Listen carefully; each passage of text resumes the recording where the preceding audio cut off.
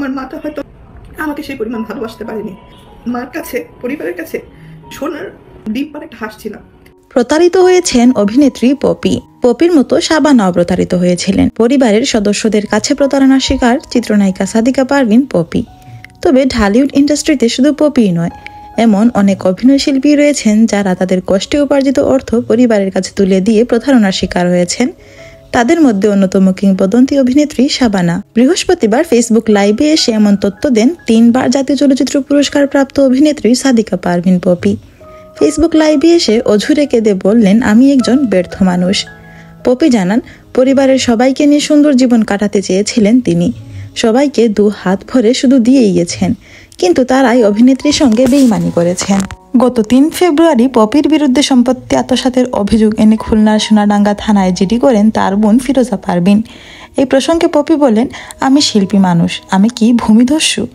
ছোটবেলা থেকে ভাই বোনদের লালন পালন করে বড় করেছি, এর জন্য আমার জীবনের সুন্দর সময়গুলো উপভোগ করিনি।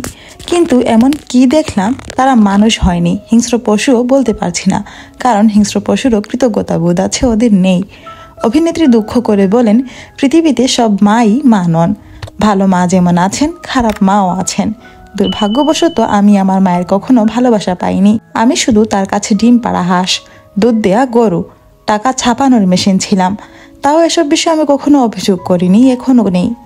কারণ আমি মনকে বুঝিয়েছি, একটা মানুষ যখন মেশিনে পরিণত হয় তখন তার মূল্য মেশিন হিসেবেই থাকে, মানুষ হিসেবে থাকে না। প্রসঙ্গত, অভিনেতা শাকিল খানকে বিয়ে করেছিলেন পপি, কিন্তু সৎ মায়ের কারণে টেকেনি তার সেই সংসার। সৎ ভাই বোনদের প্রতিষ্ঠিত করে সৎ মাকে যথাসম্ভব সম্মান করেও পপি কোনো দিনই পাননি তার যোগ্য মর্যাদা। এমনকি 40 বছরের মতো সময় বিয়েও করেননি। তারপরও মিডিয়ায় বিভিন্ন সময়ে তার সৎমা দিয়েছেন তার বিরুদ্ধে খারাপ ও মিথ্যা অভিযোগ। তা সত্ত্বেও কখনো এর আগে মুখ ফুটে বলেননি এসব। অভিনেত্রীর সব সম্পত্তি ও ব্যাংক অ্যাকাউন্টের সব টাকা পরিবার নিয়ন্ত্রণে নিলে হতাশ হয়ে পড়েন অভিনেত্রী। ওই সময় পপিকে সাহায্য করতে তার পাশে দাঁড়ান ইন্ডাস্ট্রির কিছু শুভাকাঙ্ক্ষী, যাদের মধ্যে অন্যতম ছিলেন চিত্রনায়ক আলমগীর। পরিবারের সদস্যদের কাছে প্রতারণার শিকার হয়ে যখন মানসিকভাবে ভেঙে পড়েন অভিনেত্রী, পপিকে ওই সময় সান্ত্বনা দেন আলমগীর বলে, এমন ঘটনা এর আগে অনেক মানুষের সাথেই হয়েছে, আমাদের ইন্ডাস্ট্রিতেও অনেকে এমন প্রতারণার শিকার, শাবানার জীবনেও তা ঘটেছে। ফেসবুক লাইভে এসে কাঁদতে কাঁদতে পপি ওই সময়ের কথা মনে করে বলেন, আপনাদের কাছে আলমগীর ভাই একজন হিরো, কিন্তু আমার কাছে তিনি একজন আমার সবচেয়ে বড় শুভাকাঙ্ক্ষী।